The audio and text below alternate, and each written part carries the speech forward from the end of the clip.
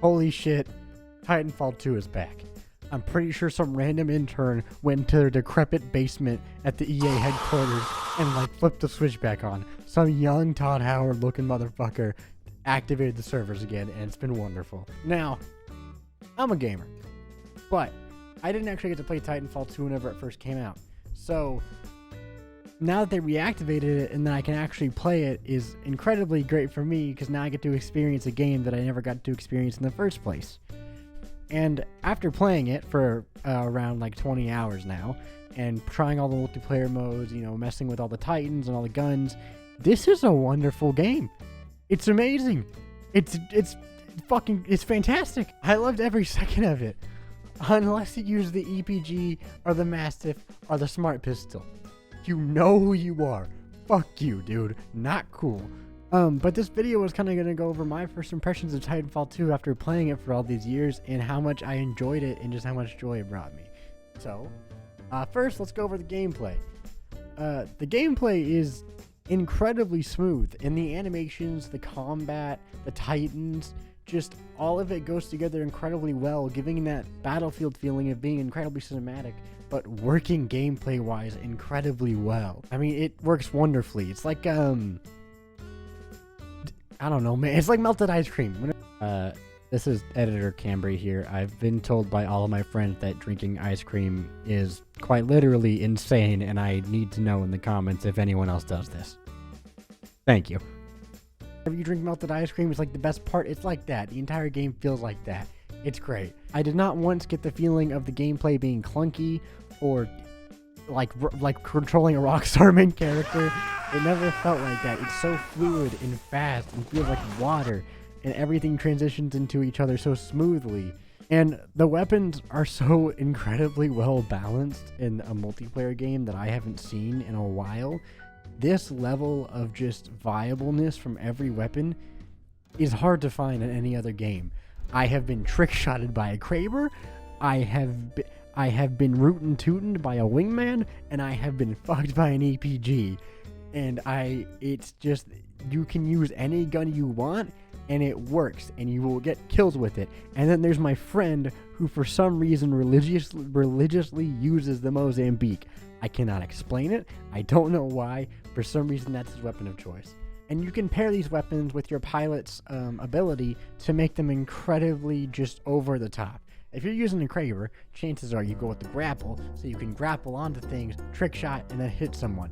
And it works incredibly well. If you're more of a aggressive player, you use a stim, because you can move really fast and just fuck people up and get in their faces.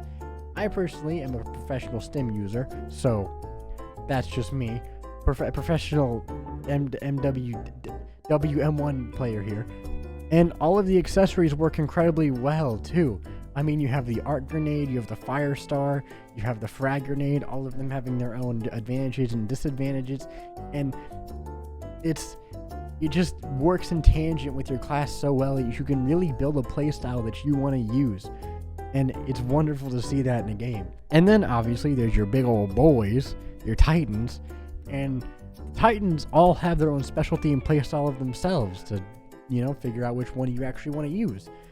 There's Ion, who's Iron Man, shoots little ion balls and shoots a beam out of her chest to kill people.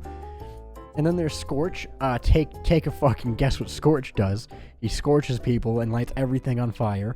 There's Northstar, who's essentially a sniper, but he doesn't piss in jars and throw it at people. And then there's Ronin, who if you're a weeaboo, you're gonna pick him. He has a giant sword. And then there's Tone, who has a cannon and will lock into people and shoot a missile barrage at them, much like Farah. There's Legion, who is this game's version of I need more bullets. Yeah, he has a very big weapon on server. There's Monarch, which is actually like one of the most unique kind of things I've seen in a multiplayer game of this type. His ultimate is you can actually upgrade your core and like make him a better Titan the longer you last. Whenever he is fully upgraded, it's debatable that he's the best Titan in the game, but it's for a good reason, because he has to be alive for a while and upgrade himself multiple times. And it's just, that's such a cool feature for a multiplayer game, dude.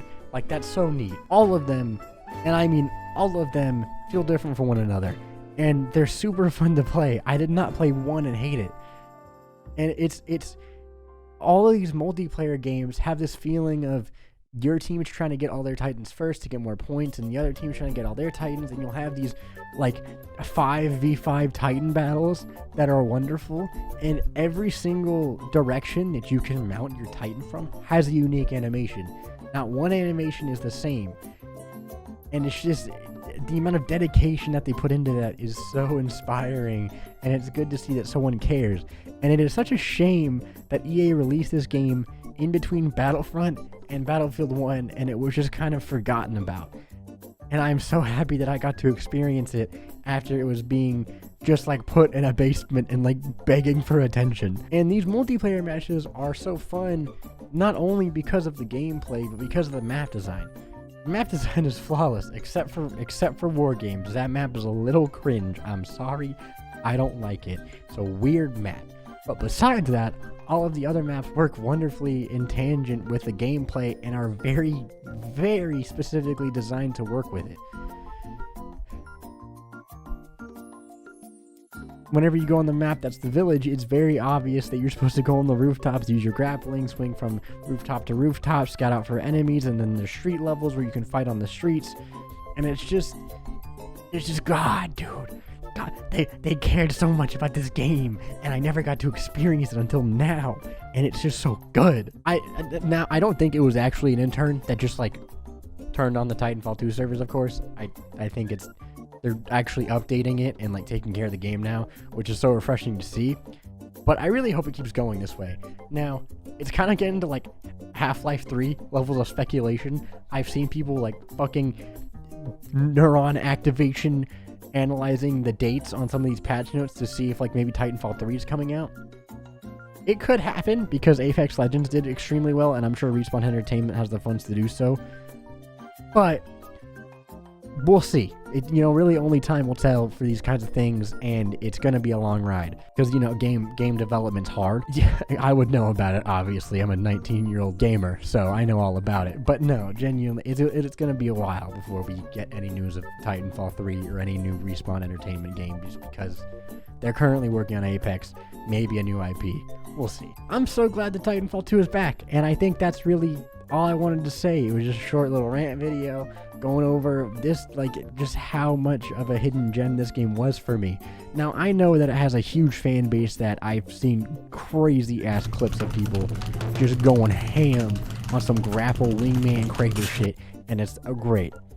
But for me, this is my first time playing it, and I had a wonderful time. And if you haven't played Titanfall 2, it's on sale for like $3 right now. Go pick it up and go play it. But I think that's pretty much it. You guys have a wonderful day. Take care of each other. Always love each other. And my name is Cambrodia. And please subscribe if you've gotten to this point. That would mean so much to me. You guys have a wonderful day. I will see you next time.